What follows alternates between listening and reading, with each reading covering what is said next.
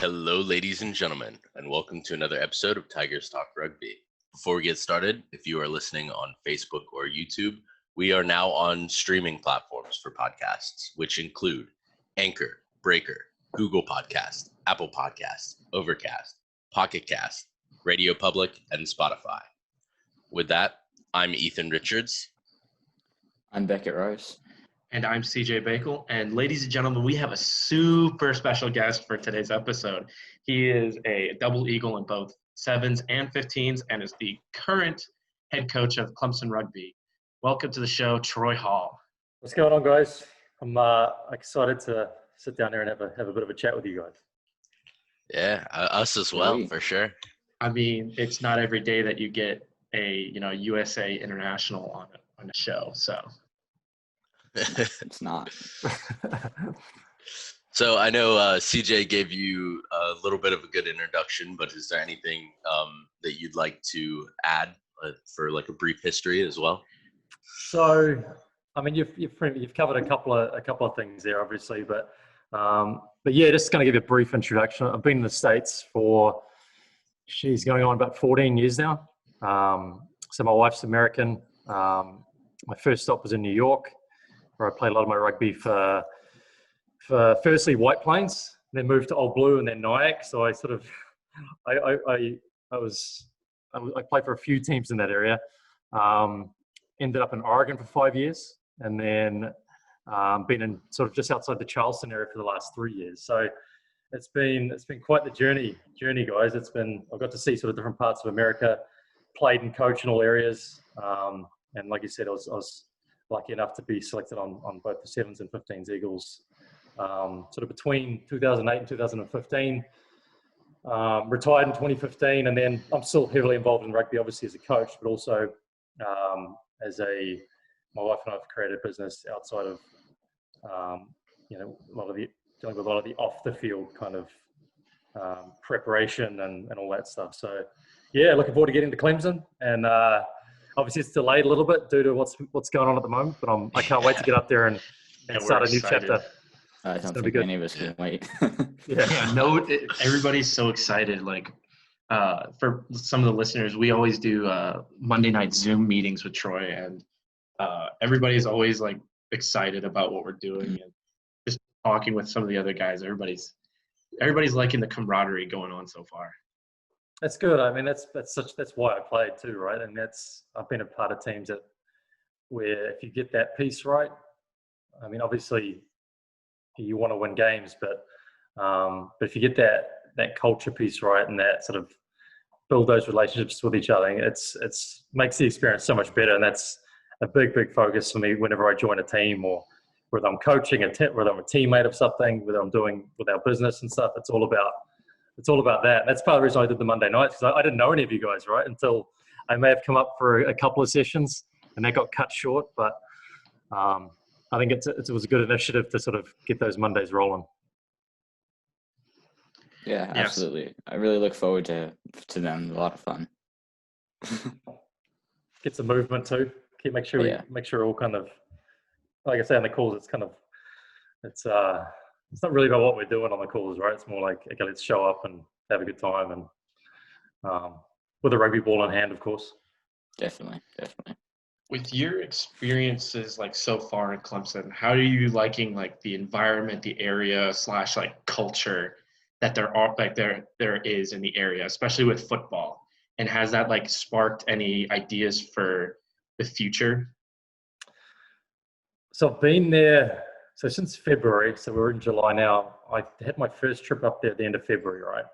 And to be honest, like a few months ago, I knew Clemson. Like I've heard of Clemson football, but I'd never really envisioned myself going up there. And obviously the way things have worked out, I'm heading that way, which I'm really looking forward to. But so 3 trips. I've been doing some house hunting with the family up there, and every time we've left the place, I've always like, this is going to be a lot of fun. And we're big on sort of the outdoors up there. We're big on make sure we're near water, so you got the lakes up there. But also get a good vibe from the town itself. I've only heard positive things said about it, or the culture and the focus on athletics, the focus on just the school itself. And I think there's just such a great opportunity there to create something really, really good with the rugby team. I think I go back to that. I think if you get that team aspect right, you create sort of an attractive place for other players to come in. We're already seeing some really good recruits come in that are going to be freshmen, but I also think there's a lot of opportunity with sort of on-campus athletes. So having them come out, but creating a really good picture for those players when they come out to training. So they're like, well, this is really good. So I think the whole area itself, I think it just kind of, although I've only seen it a few times for a few weekends, I can adapt to places fairly well. I've traveled a lot. I've lived in a lot of different places. So I think Clemson's just another sort of chapter for us. And we want it to be something really good for our family, which I know it's going to be. So, yeah, I can only see positives at this point. There's obviously going to be challenges with that, but I can't wait to get up there and sort of immerse myself in there and really get just kind of coming in every now and then. It's to be a consistent member of the community up there, I'd say. I'm looking forward to. Yeah, I love the Clemson area. I mean, my mom went to Clemson, and so I've grown up coming to Clemson football games and grown up being in this area pretty much all 7 weekends that there are home games for football every fall growing up. And so when I got to get up here and be a student, it was awesome. Like, it's such a great area to be. And I know even just like we have a mountain house that's like 50 minutes or so away from Clemson on a slow trip. And like, that's right up near Table Rock and Caesar's Head and all these good places to hike. And we have like a pond right near it. So like, and then coming out down here and having Lake Hartwell and all that, it's just such a great area. I love it up here. So I think I'll be looking for lots of advice from you guys and the boys up there for places to go. I sort of think it's like something you can use from a team perspective. I've always been a part of teams where you do a lot of trips and a lot of different kind of non-rugby activities as well. So I think there's a lot in that area for going on hikes, getting on the lake. Last time I went up there, I went to that the Dykes place. Yeah, the Dykes. I see that as like a great preseason kind of activity, which you guys may not like too much, but oh no, I've already penciled that one in. So we'll see. If you haven't hiked Table Rock yet, that is definitely something you should look at doing, because Table Rock it's a great view, and like you get to the top and it's just like a lot of my friends will we bring hammocks and whatnot whenever we go hike to the top, and we'll hang our hammocks up and just like sit and relax and bring a book or whatever and hang out up there. So definitely hiking Table Rock is something in the area that is to look forward to. I made that note. I've written that down right then. Table Rock. Table Rock. I'm gonna look that up. So you discussed like a little bit about that transition that you've gone all over the place and you adapted, but obviously your transition to Clemson is like ridiculous, especially with COVID-19. Do you see any like silver lining to it? I do. And I haven't always been this way, right? I used to kind of think when I was playing international rugby, I was always, if something didn't go right or something didn't go wrong, I mean, if something went wrong or I had a bad performance or whatever it may be, it took me, I guess the value of experience there is kind of just flipping that mindset and sort of turning it into a positive or just making the best of it, right? And I think with COVID happening and that, I think with this transition to Clemson, it's allowed us to really dig a bit deeper into the program and to dig a bit and just to allow a little bit more planning around like what we want to achieve there, like what are we looking to do, and connecting with different people. And it's also allowed me as a coach, as a new coach coming in, like we mentioned on those Monday Zoom calls. I think that's been a really, really good way to get to know some of you guys. Because I feel pretty comfortable if I was to come into a training now that I know you guys fairly well, just through those Monday sessions. So I think although everyone would have liked rugby in the spring, and it's still a bit of an unknown right now moving forward. I still think there's such a good opportunity to still create something really good there, and even whether it be, I think I've spoken a little bit about this in the past with what's going to be happening in the fall. We don't really know, but I still think there's going to be a rugby season, whether we play games or not. It's still going to be structured. It's still going to be a season for these new players to come into, and current players, obviously. So,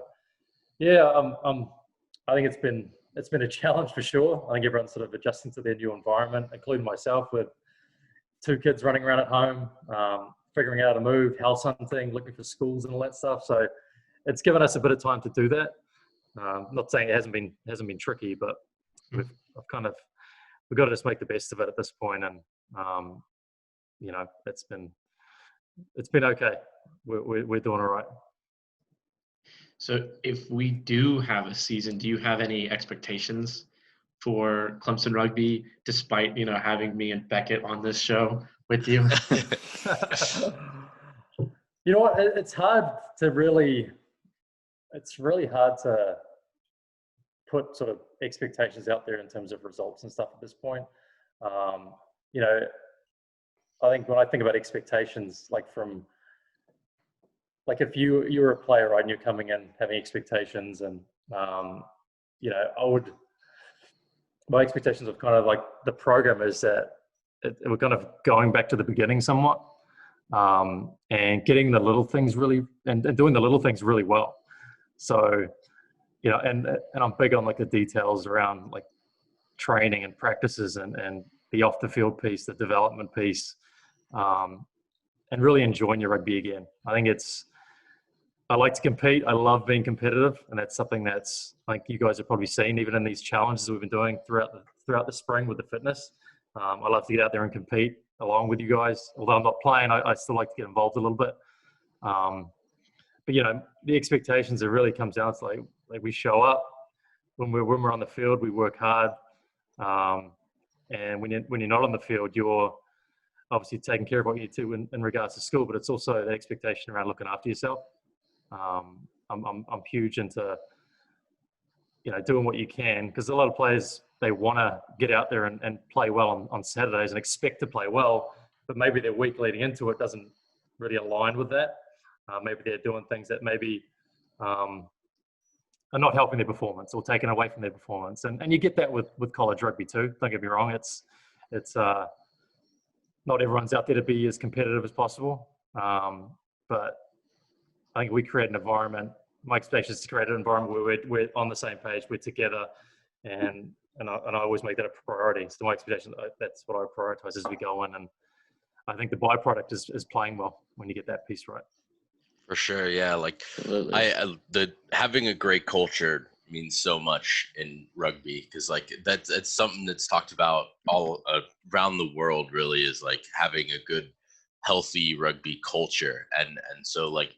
In your experience, what has defined your perspective of a healthy rugby culture in like your experience with playing for the USA or things like that? I think coming in from experience there, coming into the USA team as a fairly young guy, going to a 7-side, going to a 15-side. It's pretty nerve-wracking, right? It's very, very nerve-wracking, because you're at that level, you're expected to come in and just sort of add value, obviously, and that's really important, obviously. And I think in terms of the culture and what's helped is having leadership within the group, having minimal kind of that seniority. So a freshman or a new player come in, you're empowering them to perform, right? You're empowering them to sort of express themselves, to feel like they can add value. So I feel like that as a whole with the team, if you've got your older players sort of bringing up the younger players, I mean, that's a big part of it for me, is having that everyone's on the same page. There's no just you're a young guy, you can only do this. That type of mentality, kind of like old school rugby mentality a little bit, kind of back of the bus mentality. I think there's and in some ways hard to explain a little bit. I think, when you're inside a good team and you feel like you can talk to anyone, you can reach out to anyone, there's just a good support network there. I think that's when you're in a pretty good setup. Obviously humility and integrity, all that goes a long way. I think it's just about just showing up for each other, right? And I think that when you're a part of that, as you come into teams, that's something that you've got to keep tabs on as well, because we talk about culture a lot, and we put words on the whiteboard like respect for rugby, sportsmanship, but how many teams actually live that, right? How many teams actually bring those words to life? Because I've been a part of teams where we talk about this stuff. I'm like, I look around, I'm like, we're not doing this at all. So I think it's just making sure you stay on top of that stuff is key. Yeah, it's really like the I'm sure you've read the book Legacy by James Kerr about the All Blacks, and how they sort of after the 2007 World Cup had realized they'd really fallen off and got away from their culture, and then spent the next couple of years fixing that, bringing in new guys and just reinvigorating it. And that's sort of a little bit what it feels like right now with the Clemson Rugby. Sort of that transition and reinvigoration of the culture. Not for sure. And I think it's just getting that team buy-in too, right? And that's where a lot of stuff can be achieved. Even now, I think, with all the stuff we've been doing, I think it's all sort of those little pieces adding up. When we do get back together in the fall, it's going to be, we've definitely moved the needle compared to where we were, I believe. So, I love that book, mate. I've got it in the library with a lot of other rugby autobiographies, cricket autobiographies. It's a very good book, and I know you guys have. I think it's at Clemson, right, with Graham Henry visiting a few years ago. I think it's been a book that's been popular around the area. Definitely. Even Dabo Sweeney has like a copy of the book that he had, he has Post-it notes all over it that he recites every once in a while. That's awesome. Yeah, I did read that. I think I saw that. I remember seeing a photo of Graham Henry and Dabo Sweeney, and with that legacy book. So that's really awesome. Yeah, there's so many lessons in that. Oh, for sure. So, moving away from rugby a little bit, I know you mentioned earlier that you run a podcast of your own. Would you like to talk a little bit about that? Because you gave a little brief understanding of like life off the field sort of aspect. So if you'd like to go into some more detail about that. Yeah, and then the podcast came about. It was very, very random. I started it about a year and a half ago. And it was a part of my wife and I's business. And so I had my challenges when I was playing. Obviously, I played a lot of high-level rugby, but there was also, I felt like there was a lot of untapped resources that I know myself could have used, and then a lot of my teammates could have used in terms of off the field. So I'm talking about like the mental side of the game, mental performance, nutrition, kind of this general wellness, where I feel like if you've got clarity around your preparation and you feel good and you're in a good headspace, I feel like come Saturday and when you play, you're just like, let's just go play. And I know towards the end of my career, I felt like on Saturdays, I remember in my last test match against Tonga, where I had minimal clarity throughout that week. And I felt like going into that last match, I didn't really give myself the best chance to perform. And again, you fast forward to now, your value of experience, right? And that's when I think back and I think about the mental side of my game, the nutrition and the support staff that would have been really, really helpful. So that's what my wife and I do now. We're basically a support team for athletes that want to give themselves the best chance to perform. So, we are in different programs. We work one-on-one with players. We work with Eagles and MLR players and all sorts of players that just kind of feel like they want a team. They want people to keep them accountable and they just want to keep getting better. And the podcast kind of came from that. And it really started because things have been pretty hectic with starting our own business. I kind of started just to kind of get thoughts out of my head, just to share like kind of real stories, have our listeners kind of get to know us. Like we are who we are on the podcast. We're open book. And just a way to share different tips, different advice on not only rugby, but just kind of, whether it be food, whether it be a mental skill, whether it be giving people perspective on what we do day to day. Because we're just like with the clients we work with, we're just like them. It's just we maybe have a bit more experience now. Yeah. So we can call on that experience. So the podcast is, I was doing them every day for a long time, and I've sort of mentioned this in the last few podcasts. I'm going to go through spurts at the moment of doing 2 or 3 a week, then have a week off. And it's about, sometimes you lose momentum with it. And I kind of relate that to when you're trying to make changes anyway, or you're trying to improve something, or trying to change a habit or whatever it may be. You do lose momentum, but it's just, I'll get back on the mic soon enough. So it's been fun. It's been really, I've got some good feedback. I've got actually more listeners than I anticipated. And we put it out there. We put it out there, we put it on our socials, and like I say, very real. It's a very real podcast. And for the listeners, the podcast name is Hall Wellness and Sports. And I know you guys are on Spotify. So if people who are listening to us right now on Facebook or Spotify or all those different platforms, go check out Troy's podcast as well. There we go. That's It's on really it's on Apple Podcasts, on Google Podcasts. Apple Podcasts, Google Podcasts. It's on everything too. It's on everything. Yeah. It's not hard to find. You can find it. Yeah. So to wrap up today's episode, we have some goofy, fun, interesting lightning round questions. So we want these to go quick and for you to answer them with whatever immediately pops into your head. Yeah. Okay. Bring it on.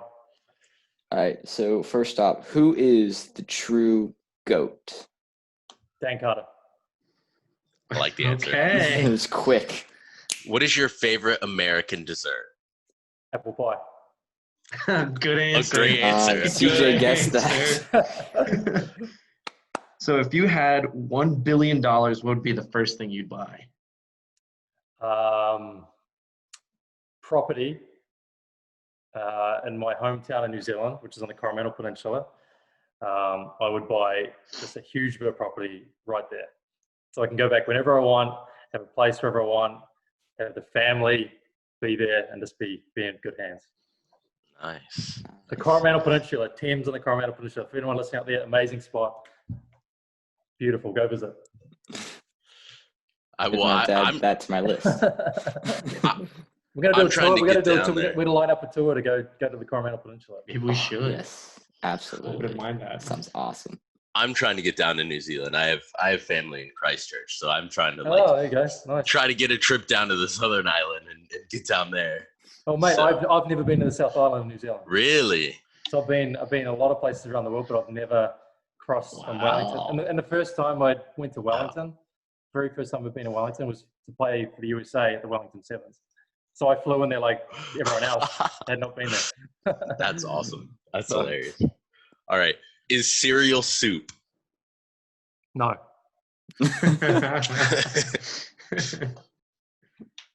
And then the final one is, what is the most ridiculous fact that you know, if you could think of any? Off the wall, craziest thing. Oh, geez, that's a hard one. The most ridiculous fact.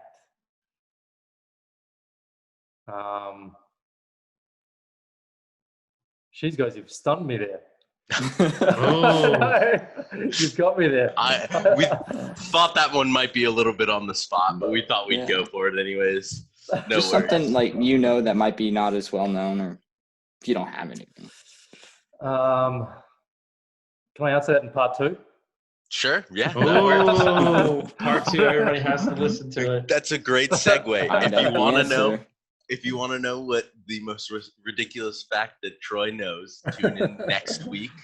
We will have him on again, where we'll probably talk more about what's going on in today's rugby around the world. So on that, once again, if you are listening on Facebook or YouTube or wherever, we are on some other platforms. We are on Anchor, Breaker, Google Podcasts, Apple Podcasts, Overcast, Pocket Casts, Radio Public, and Spotify. So thank you for being on this week, and we'll have more to speak with you for next week's. So with That's that, fun. Had a good time. yeah. Absolutely. And on that note, everybody go watch rugby, please. Yes. There's rugby in Australia and New Zealand, so take a look.